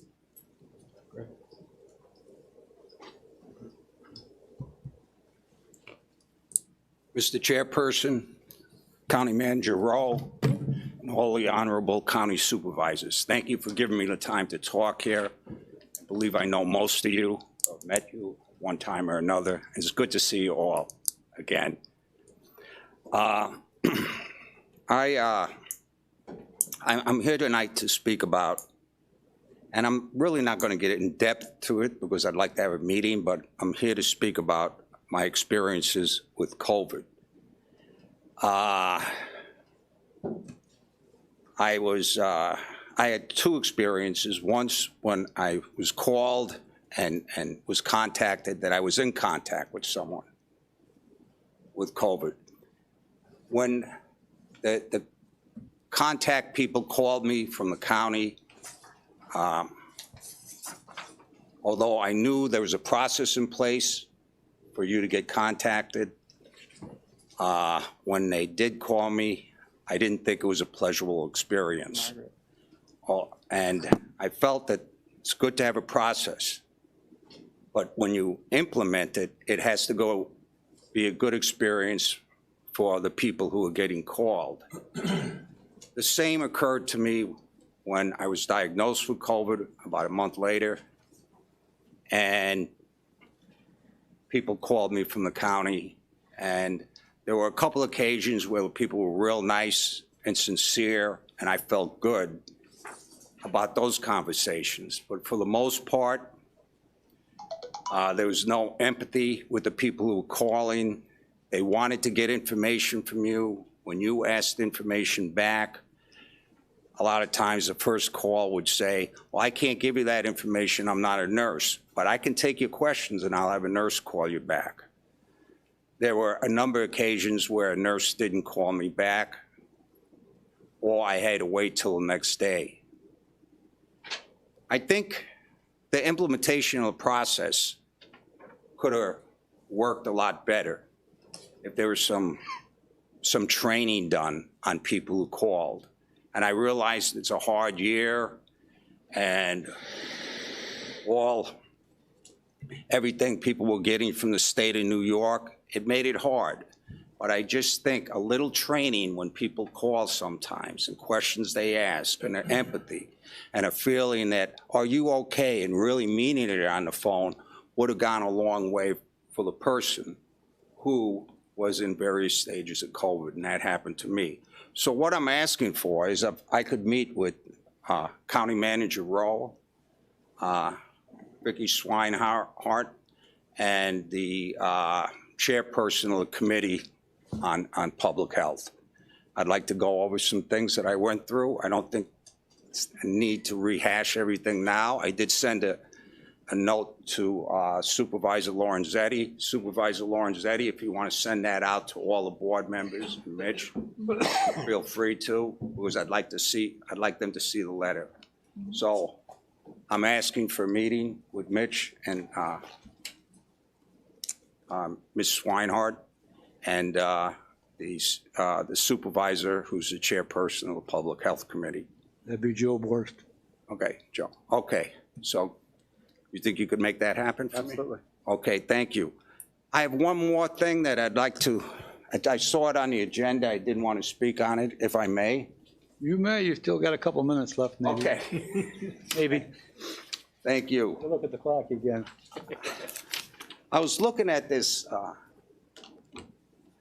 resolution adopting local law 1 of 2021, a local law adopting revised operating bylaws for the Criminal Justice Advisory Board and repealing local law number 5 of 2007. I read it quickly. I haven't had a big time to digest it, but I'm looking at the number of members on our committee, and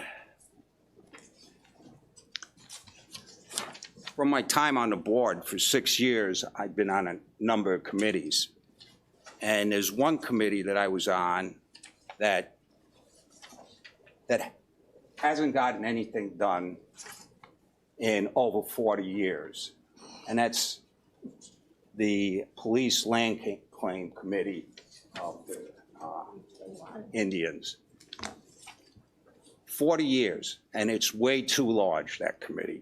I look at this committee and I say it's way too large. By my numbers, by my counting, and I hope I'm correct, you're having 24 members on that committee, and they're all currently working or in law enforcement. And in these times where we're looking at real police reform, criminal justice reform, the people who are working are so involved in their current jobs, that they're going to have a hard time when reform issues come up in changing that paradigm that needs so much to be changed. So we need some people, lay people on this committee from all political points of view. And we also don't need a committee this large because you won't get anything done. And I really feel sincerely about that. 24 people, you're not going to get anything done on this committee. So I would like you to look at it again, look at the numbers that people have, invite people into the community, interview committee. But it's a real time for change, and I think with the makeup of this committee, you're not going to have that change in it. So thank you for your time, and I'll be looking forward to meeting with you, the county manager, and the public health director. Thank you. Thank you, Greg. Thank you. Good seeing you again. Okay. Kyle, okay. Okay, I won't take a lot of time. I know everybody wants to get home, and now that spring's finally here, thank the good Lord. These are our neighbor notes. We've actually already sent them out to all our neighbors around the facility in 414, 5, and 20 corridor. They will be going out to pretty much everybody in the county. This is something we do every year to detail what we have going on. So again, we have the complete open door policy. Anybody ever has a question or wants to know what's going on can call me anytime and see. So, you know, we can avoid things like that happened in February when there was the rumor there was a big explosion and all this other stuff that wasn't going on.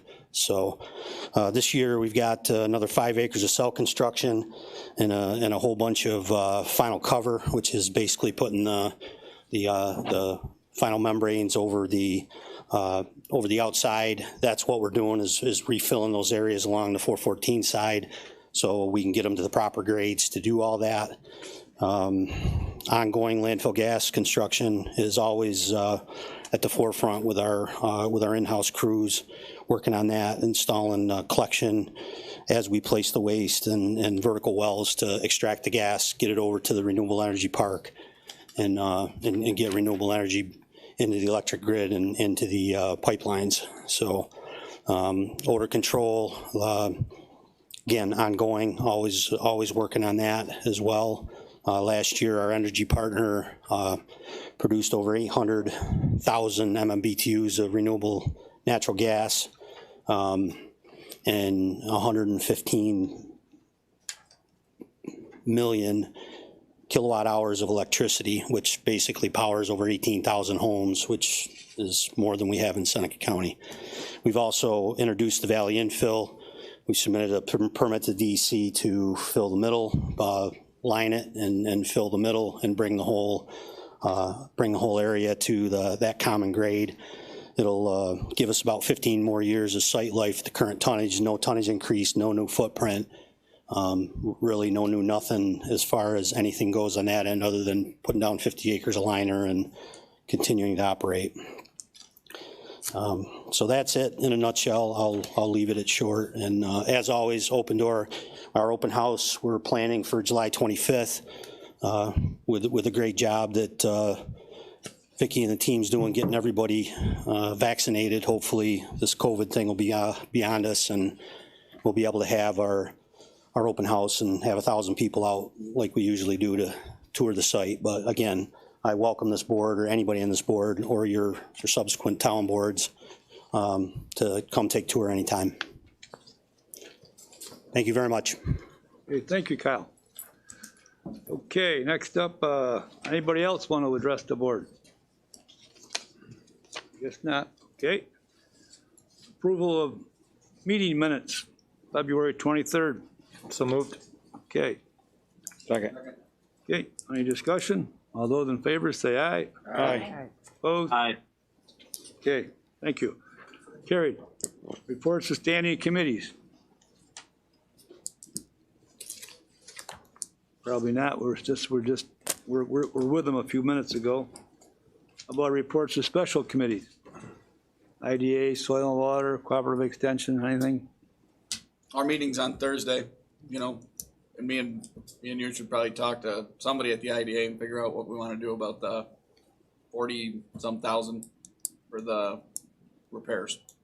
And if they're not gonna get repaid, then they're not, and if they need to pay for it, then Is this for this? we need to make them aware, you know what I mean? Whatever the position is of this board needs to be clear to them, you know, that, hey, With the sewer that Yeah. you're talking about? Yep. Yeah. What? to get Yeah. it transferred. 414 You sewer. made it Yeah. clear. Yeah. Well, they know what our position is, right? I don't think that they do. I think that we need to, I mean, if you want me to tell them the position is that we're not paying, period, that's all there is to it. They're gonna pay and not get reimbursed, that's fine. But we need to make that clear at this point. By Thursday then, right? Yeah, just, you know, the meeting's at noon. So do you need a vote from this board, or what are you asking? Well, I mean, if that's the position of the board, then I'll relay that to them. Right, Mitch? That's the position of the board. Where did we discuss that? In executive session or sometime, whatever? Yeah. Okay. That's the Right. position. Okay. We felt that they were willing to pay at that time too, when we talked about that. Right? Yes. Anybody help me out?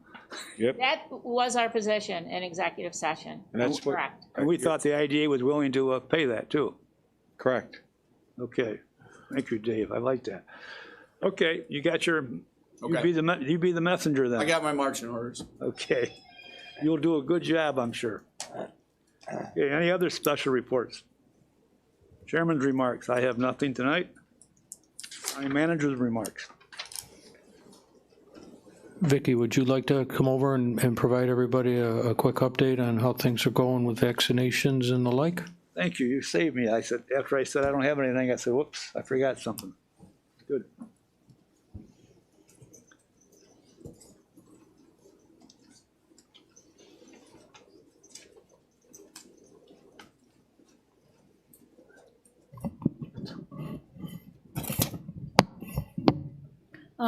So the vaccination clinics are going well. As you know, we get the vaccine, we order it every week. Doesn't matter how much we order, we get what they want to send us.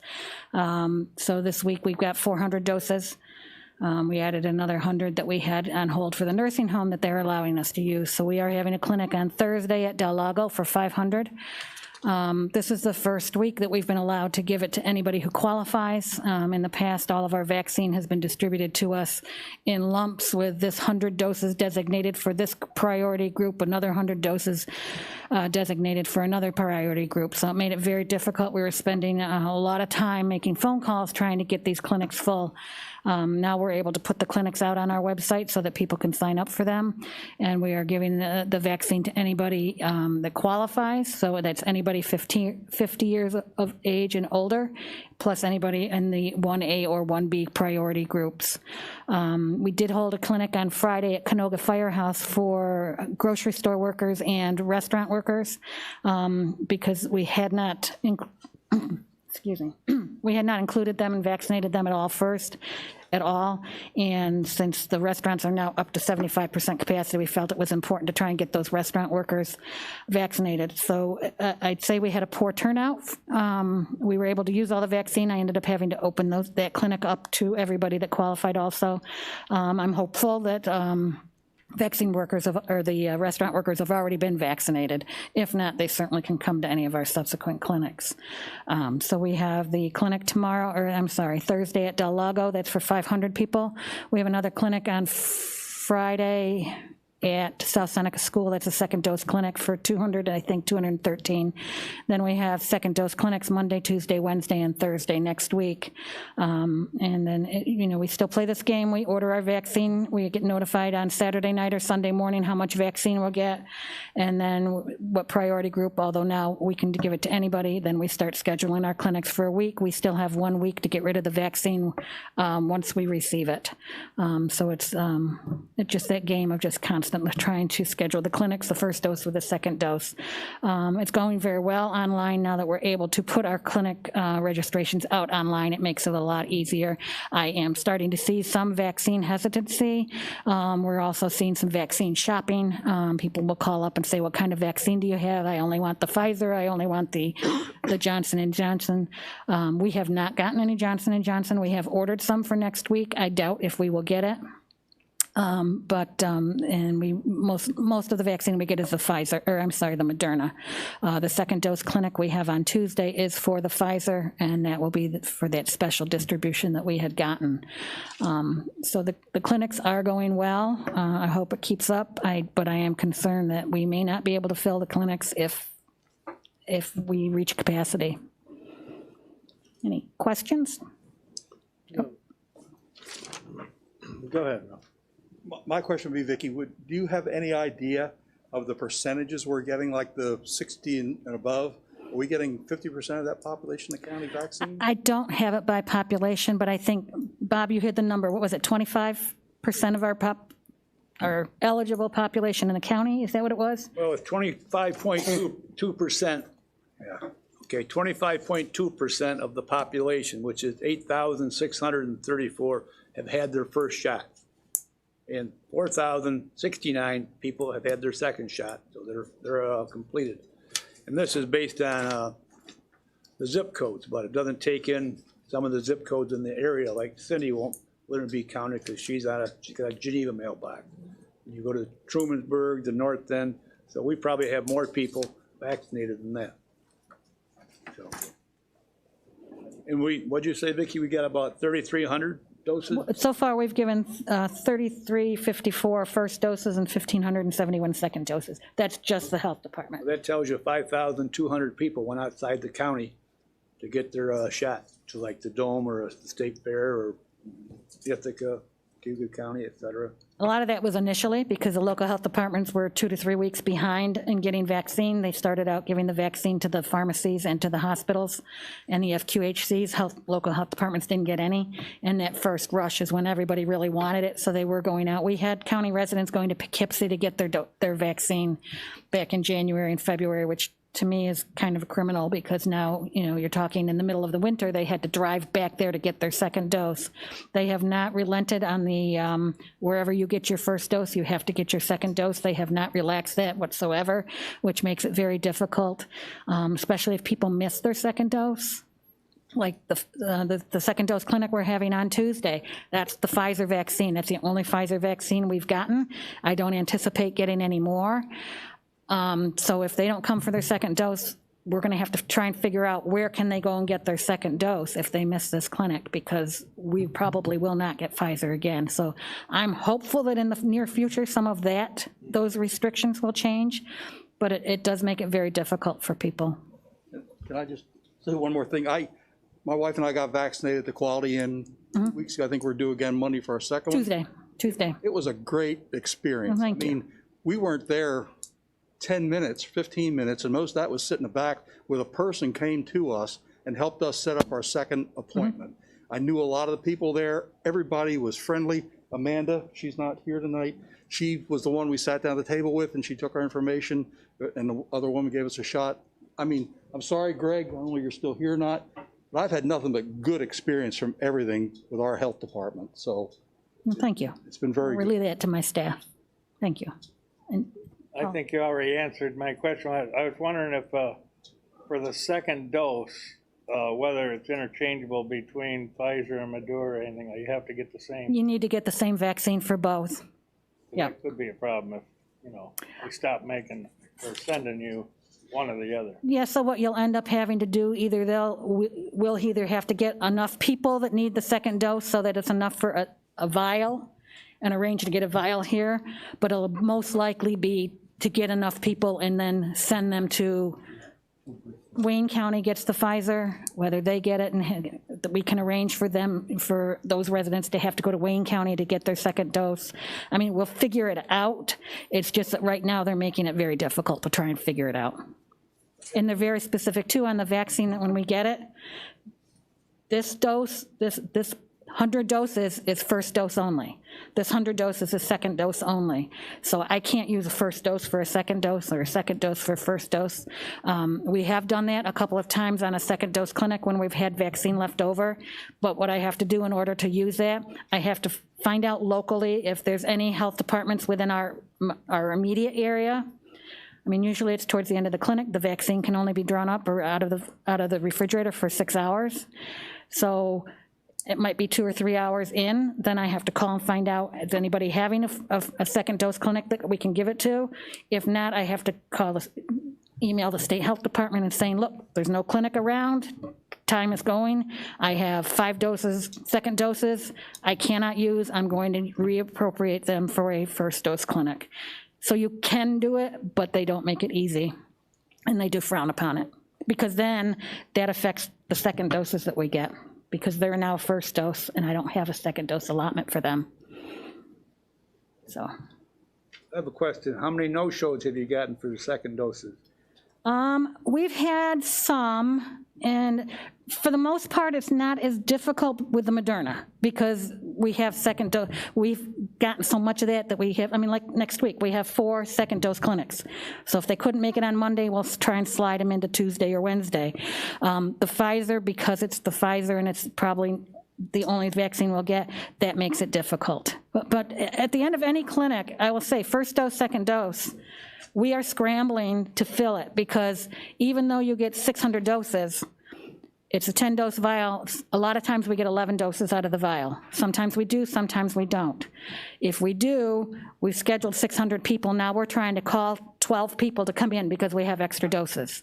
And we do that for the second dose clinics too. So it just makes the clinic very difficult. We get the waiting list from the Office from the Aging, or the United Way has a waiting list, and we try and call people, and when we exhaust that, we just start saying, okay, do your neighbors have it? Does anybody need it? Anybody know it? It makes it very stressful and very difficult for the clinic, but we don't want to throw it away. So far, we've been able to use up every dose that we've had. Thanks for making that effort, Vicki. Thank you. Okay, any more questions for Vicki? Okay, thank you. Thank you. Thank you, Vicki. Mitch? Just 2 updates. I want to make sure everybody on the board is aware that the state pushed back the deadline for candidates for the first state veteran cemetery. Those were due on the 18th, but there was a addendum put out pushing the deadline back till April the 1st. Our application is essentially done, just getting a couple of final reviews. So we should be submitting that before this week is out. Not exactly sure what the 2-week extension on submissions is, but we'll continue to put our best foot forward with the application. The other is the federal stimulus package, the $1.9 trillion, with money coming directly to counties.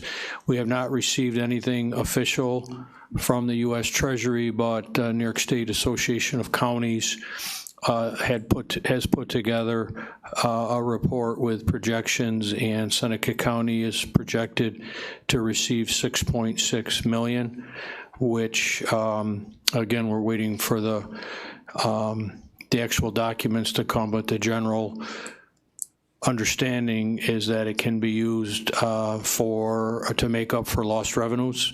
For example, we were short on our sales tax and our gaming revenue because of COVID.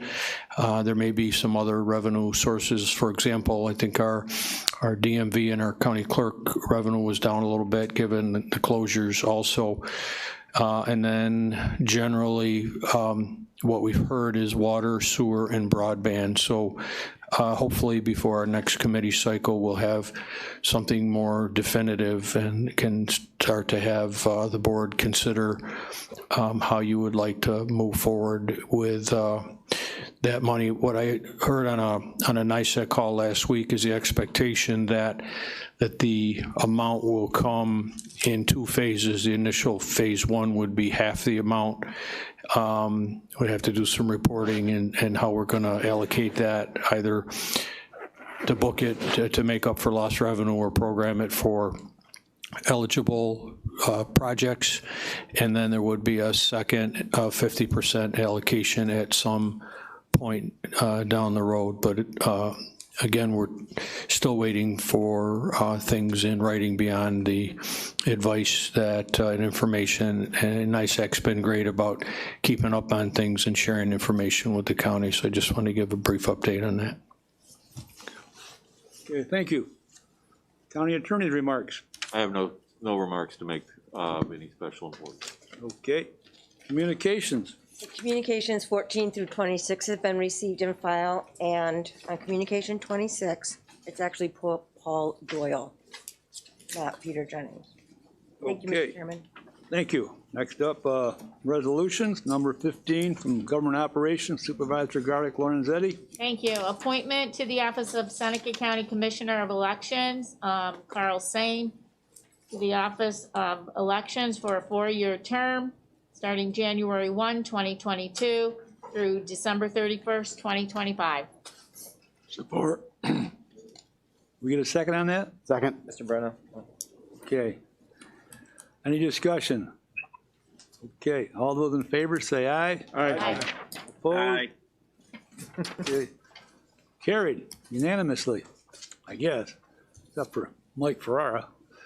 Okay, congratulations, Carl. Thank you. Congratulations. Thank you, Cindy. Next up, Public Safety, number 16 resolution, Supervisor Burnell. Board of Supervisors adopts a Seneca County Public Employer Paramedic Plan. Support. Get a second on that. Any discussion? Got to have this done by April 1st, right? Yes. That's why we're doing this meeting tonight, okay?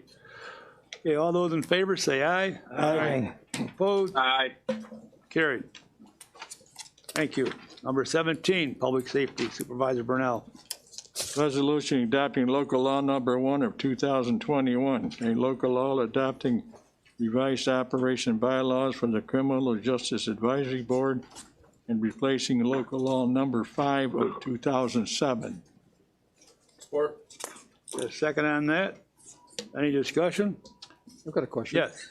On, well, it's page 7 of 10 we have, but under section 6, officers, there's an office of treasurer to take care of any funds they have. Will this become a line item for the board, or will they be getting money from other sources, or will they have any money at all? I don't know if they got any, I don't know. Sheriff still here? I just didn't know why they needed a treasurer if they don't have any money. Because the system says so. Most of the offices are directed by statute or regulation. Okay.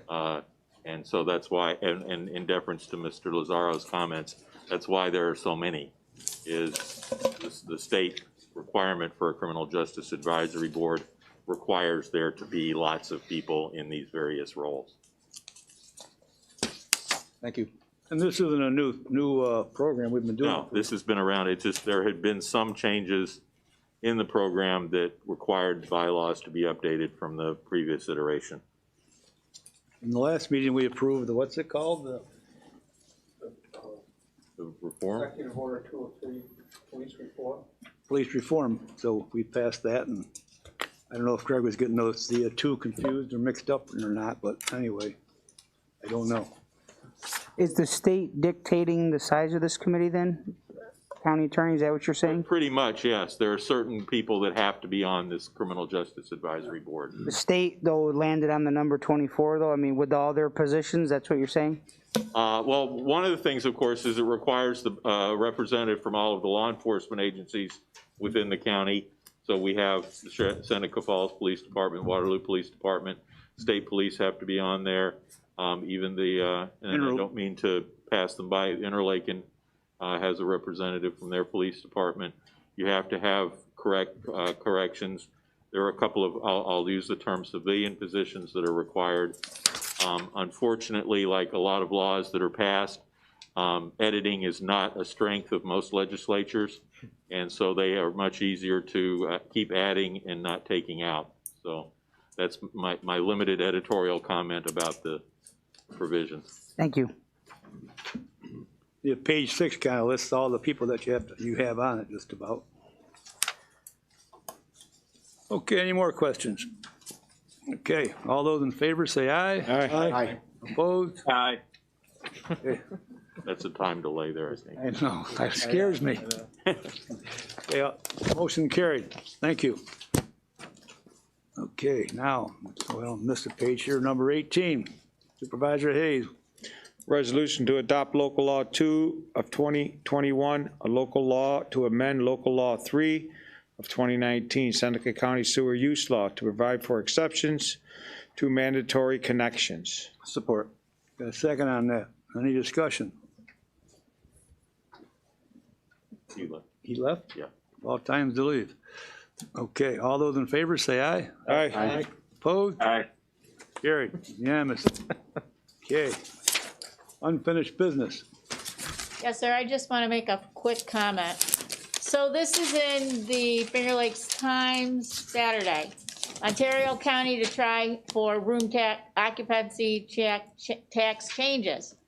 One of the things that sounds like they're doing, adjust the allocation of the tax revenues so that the room tax revenue is available not only for direct tourism, but also for programs to improve public infrastructure, which we really should look into. That would mean water and sewer lines, to develop and maintain public parks and recreational facilities. And they're looking at enhancing the county's water resources and for general environmental conservation programs. So what caught my eye on this was infrastructure. Maybe, county attorney, if you could maybe see what we could look at for that Certainly. possibility, that'd be appreciated. How much do they take in a year, do they say? No, didn't say that. They just want to know that they can broaden what that money goes for. There was a provision, they were gonna expand, they have an exception for small operations, and they were gonna try and expand that in the law. This, of course, is a home rule, separate separate action. If I can report back to the tourism committee at their next meeting, or even a special report next board meeting on it. Yeah, I will next do board so. meeting's fine, just to look in it and see what we would have to do. Okay. Yeah, thank you. Any other unfinished business? Okay, next up, new business. Joe? I move to enter into executive session pursuant to sections 105(1) F and H of the New York State Open Meetings Law, and enter into the session all members of the Board of Supervisors, the Personnel Officer, and the County Manager. Is there a second? Second. All in favor? Aye. I'm supposed to do that.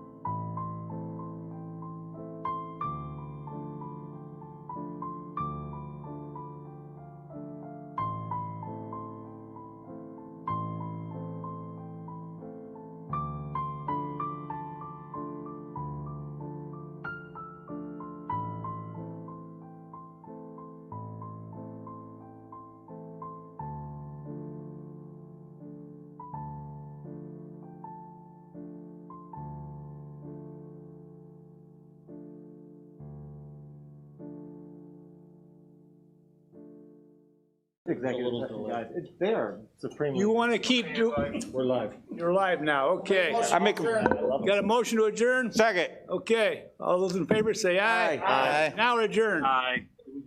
Okay, aye over there too. Okay, shut them down. Did you have a question? Don't leave yet. I got an opinion.